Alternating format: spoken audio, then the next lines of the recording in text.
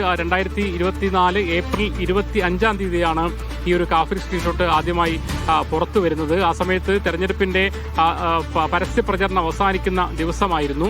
അന്ന് വളരെയധികം വിവാദങ്ങളോടുകൂടിയാണ് എല്ലാ CPM നേതാക്കളും ഇത്തരമൊരു സ്ക്രീൻഷോട്ട് ഇത്തരമൊരു സന്ദേശം, അതായത് കാഫിറായ KK ശൈലജയ്ക്കാണോ അല്ലെങ്കിൽ 5 നേരം നമസ്കരിക്കുന്ന ഷാഫിക്കാണോ നിങ്ങൾ വോട്ട് ചെയ്യേണ്ടത് എന്ന് സാമുദായികമായി ഒരു വിഭാഗത്തെ ഉണർത്തുന്ന ഒരു മെസ്സേജ് ആയിരുന്നു. ഇത്തരം ഒരു കാര്യം എന്തിനാണ് ഇങ്ങനെ വർഗീയത പറയുന്നത് എന്ന് പറഞ്ഞുകൊണ്ട് UDF സ്ഥാനാർത്ഥി ഷാഫി പറമ്പിലെതിരെ പ്രചരണമായി ആ സമയത്ത് വ്യാപകമായതായിരുന്നു.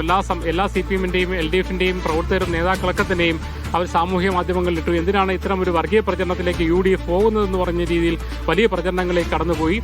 അങ്ങനെ മുസ്ലിം ലീഗിന്റെ പ്രവർത്തകനായ മുഹമ്മദ് കാസിം, തിരുവള്ളൂർ സ്വദേശിയായ PK മുഹമ്മദ് കാസിമാണ് ഇത്തരം ഒരു സന്ദേശം വാട്സപ്പിൽ അവരുടെ നിലംബ്രമണ്ണ എന്ന് പറയുന്ന യൂത്ത് ലീഗിന്റെ വാട്സപ്പ് ഗ്രൂപ്പിൽ ഇട്ടതെന്നായിരുന്നു പ്രചരണം വന്നത്. ഉടൻ തന്നെ ഈ മുഹമ്മദ് കാസിമിനെ പ്രതി ചേർത്തുകൊണ്ട് LDF-ന്റെ പരാതിയിൽ പോലീസ് കേസ് രജിസ്റ്റർ ചെയ്യുകയും ചെയ്തു.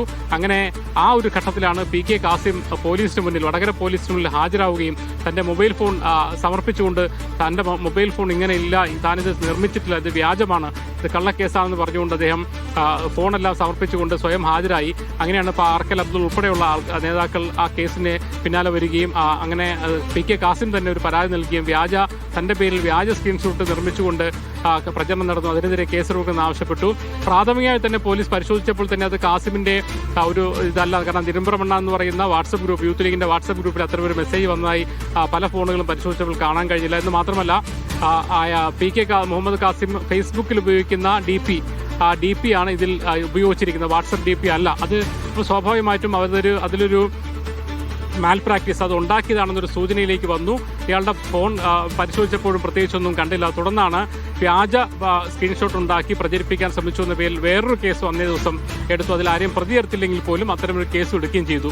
അങ്ങനെ കാസിം അല്ല എന്നൊരു പോലീസിന് മനസ്സിലാവുന്നു, പക്ഷേ ആരാണെന്ന് മനസ്സിലാവുന്നുമില്ല. അത് അതേസമയം ഇടതുപക്ഷ LDF സർക്കാർ ഭരിക്കുന്ന കാലമായതിനാൽ സ്വാഭാവികമായിട്ടും ആ കേസ് അന്വേഷണം മുന്നോട്ട് പോയില്ല. തുടർന്ന് കാസിം തന്നെ ഹൈക്കോടതിയെ സമീപിച്ചുകൊണ്ട് ഈ അന്വേഷണം ഊർജിതമല്ല, അതിൽ ഇടപെടലും ആവശ്യമായിട്ടുള്ള ഹൈക്കോടതിയെ സമീപിക്കുന്നു. ആ ഘട്ടത്തിലാണ് ഹൈക്കോടതിയുടെ നിർദ്ദേശപ്രകാരം പോലീസ് കുറച്ചുകൂടി മുന്നോട്ട് പോവുകയും ഇതിന്റെ ആദ്യ ഉറവിടം എന്ന് പറയുന്നത് ഇടത് വാട്സപ്പ് ഗ്രൂപ്പുകളാണെന്നുള്ള നിർണായകമായ വിവരം ഹൈക്കോടതിക്ക് മുന്നിലാണ് അന്നത്തെ അന്വേഷണ സംഘം വടകര പോലീസ് സമർപ്പിക്കുന്നത്.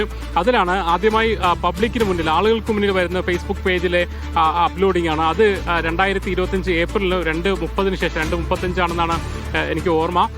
2:30 അമ്പാടി മുക്ക് സഖാക്കൾ എന്ന് പറയുന്ന കണ്ണൂർ കേന്ദ്രീകരിച്ച്, കണ്ണൂരിൽ നമുക്കറിയാം P ജയരാജനുമായി അദ്ദേഹത്തിന്റെ ആരാധകർ ആ ഘട്ടത്തിൽ രൂപീകരിച്ചാണ് അമ്പാടി മുക്ക് സഖാക്കൾ എന്ന് പറയുന്ന ആ ഫേസ്ബുക്ക് പേജ്. അതിൽ മനീഷ് എന്ന് പറയുന്ന ആളാണ് ഇതിൽ പോസ്റ്റ് ചെയ്ത് മനസ്സിലാക്കുന്നു. അങ്ങനെ മനീഷിനോട് ചോദ്യം ചെയ്തപ്പോഴാണ് റെഡ് ബറ്റാലിയൻ എന്ന് പറയുന്ന ഒരു വാട്സപ്പ് ഗ്രൂപ്പിൽ നിന്നാണ് തനിക്ക് അത് കിട്ടിയത്. അമൽ റാം എന്ന് പറയുന്ന ഒരാളാണ് അത് പോസ്റ്റ് ചെയ്യുന്ന വിവരം ലഭിക്കുന്നു.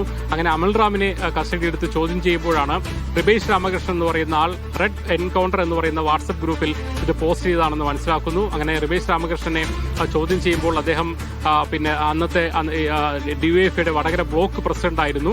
അവിടുത്തെ വടകരയിൽ പ്രധാനപ്പെട്ട DYFI നേതാവാണ്. അദ്ദേഹം പറഞ്ഞു തനിക്ക് എവിടെ നിന്നാണെന്നുള്ള കാര്യം പോലീസിനോട് അദ്ദേഹം വ്യക്തമാക്കാൻ തയ്യാറായില്ല. പോലീസാണെങ്കിൽ ഇയാളൊന്നും പറഞ്ഞില്ല എന്ന് പറഞ്ഞ് ഇയാളുടെ ഫോൺ വാങ്ങി ഫോറൻസിക് പരിശോധനയ്ക്ക് അയച്ചതല്ലാതെ മറ്റു തുടർ നടപടികളിലേക്ക്, അന്വേഷണത്തിലേക്ക് പോയില്ല.